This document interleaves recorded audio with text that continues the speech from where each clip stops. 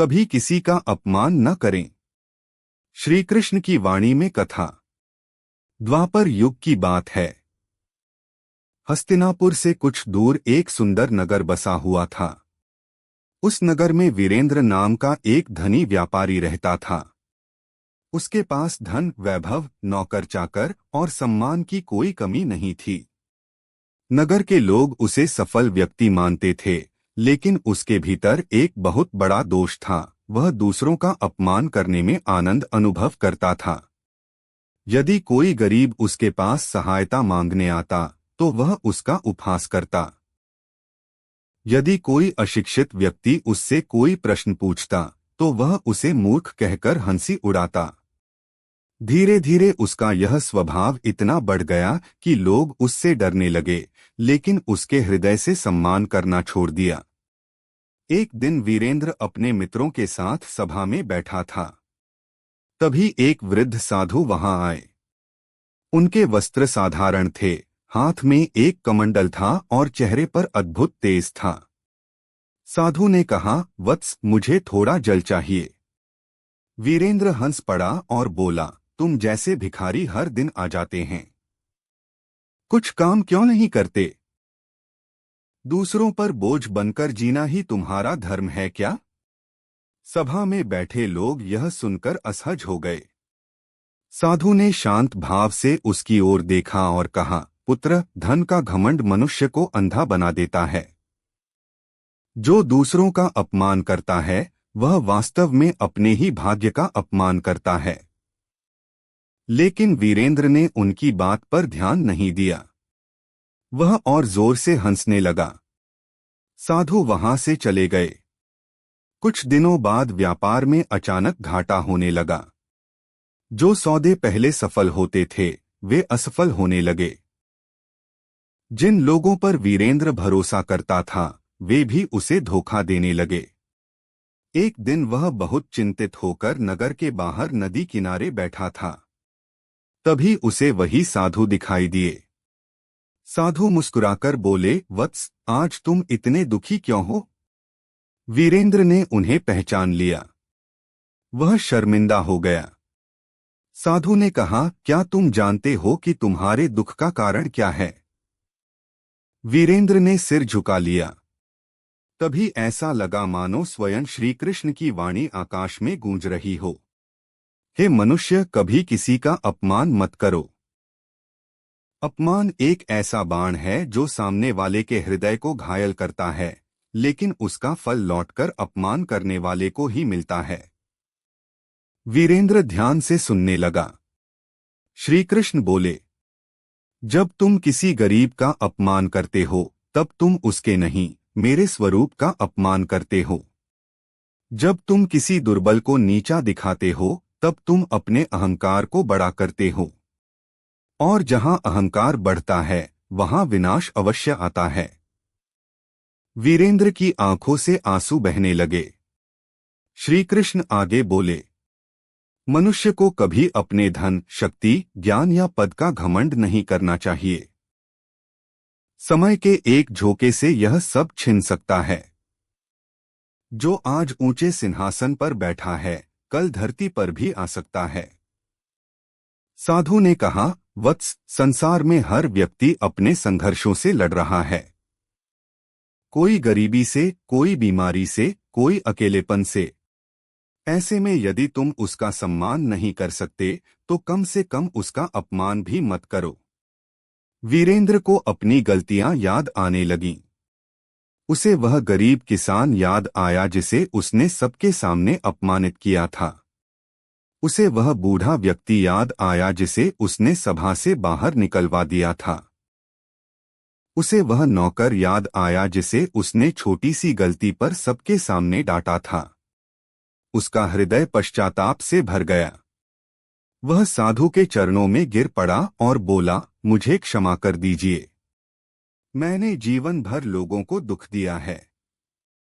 साधु ने कहा, क्षमा तभी मिलेगी जब तुम अपने व्यवहार को बदलोगे। उस दिन से वीरेंद्र का जीवन बदलने लगा। अब जब कोई गरीब उसके पास आता तो वह सम्मान से बात करता। जब कोई गलती करता तो वह उसे समझाता। जब कोई सहायता मांगता तो वह यथाशक्ति मदद करता। धीरे धीरे लोगों के मन में उसके लिए फिर से सम्मान जागने लगा। एक दिन नगर में एक बड़ा उत्सव आयोजित हुआ। वहां एक विद्वान ने कहा, सच्चा महान व्यक्ति वह नहीं जो दूसरों को छोटा दिखाए, बल्कि वह है जो दूसरों को सम्मान देकर बड़ा बनाए। यह सुनकर वीरेंद्र को श्री कृष्ण की शिक्षा याद आ गई। उस रात उसने स्वप्न में श्री कृष्ण के दर्शन किए। भगवान मुस्कुराकर बोले, वत्स, याद रखो, मीठे शब्द दान से भी बड़ा पुण्य देते हैं। धन देकर भी मनुष्य किसी को दुखी कर सकता है, लेकिन सम्मान देकर वह सीधे उसके हृदय को जीत लेता है। वीरेंद्र ने हाथ जोड़कर कहा, प्रभु, मैं जीवन भर आपकी इस शिक्षा का पालन करूंगा। श्री कृष्ण बोले, जो दूसरों का सम्मान करता है उसका सम्मान स्वयं संसार करता है। जो दूसरों का अपमान करता है उसका अहंकार ही उसका सबसे बड़ा शत्रु बन जाता है। समय बीतता गया। अब वीरेंद्र पहले जैसा नहीं रहा था। लोग उसके धन से नहीं, उसके विनम्र स्वभाव से प्रभावित होने लगे थे। एक दिन नगर में भयंकर सूखा पड़ा। बहुत से लोग संकट में आ गए। वीरेंद्र ने अपने भंडार खोल दिए और जरूरतमंदों की सहायता की। तब लोगों ने कहा, आज हमें समझ आया कि सच्ची महानता धन में नहीं बल्कि व्यवहार में होती है। वीरेंद्र मुस्कुराया। उसे समझ आ चुका था कि मनुष्य की पहचान उसके शब्दों और व्यवहार से होती है। यदि शब्द मधुर हो तो शत्रु भी मित्र बन सकता है। यदि शब्द कटु हो तो अपना भी पराया हो सकता है। तभी उसे श्री कृष्ण की एक और शिक्षा स्मरण हुई। हे अर्जुन, ऐसा वचन बोलो जो सत्य भी हो और प्रिय भी। ऐसा सत्य जो किसी का हृदय तोड़ दे, उससे बेहतर है वह वाणी जो प्रेम और करुणा से भरी हो।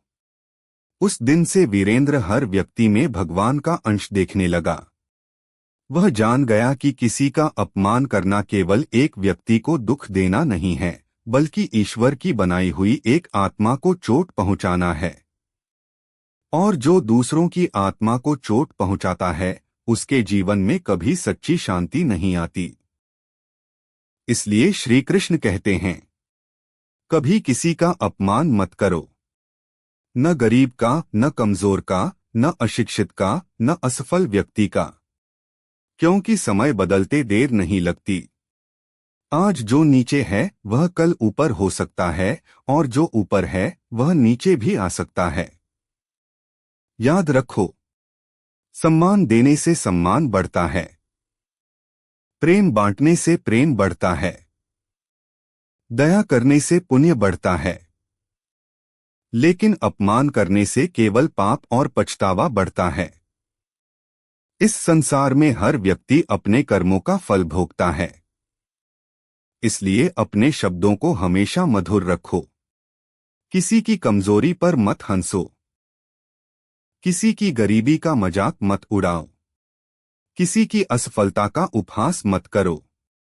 क्योंकि हो सकता है आज वह व्यक्ति संघर्ष कर रहा हो, लेकिन कल वही सफलता का उदाहरण बन जाए।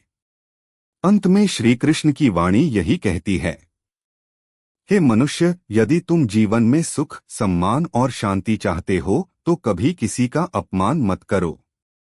दूसरों को वही सम्मान दो जिसकी अपेक्षा तुम स्वयं अपने लिए करते हो। जो हर प्राणी में ईश्वर का अंश देखता है वही मेरे सबसे निकट होता है। यही जीवन का सत्य है, यही धर्म है और यही श्री कृष्ण की अमूल्य शिक्षा है। अगर आप श्री कृष्ण के सच्चे भक्त हैं तो चैनल को सब्सक्राइब करें और वीडियो को लाइक करके कमेंट में जय श्री कृष्ण लिख दीजिए।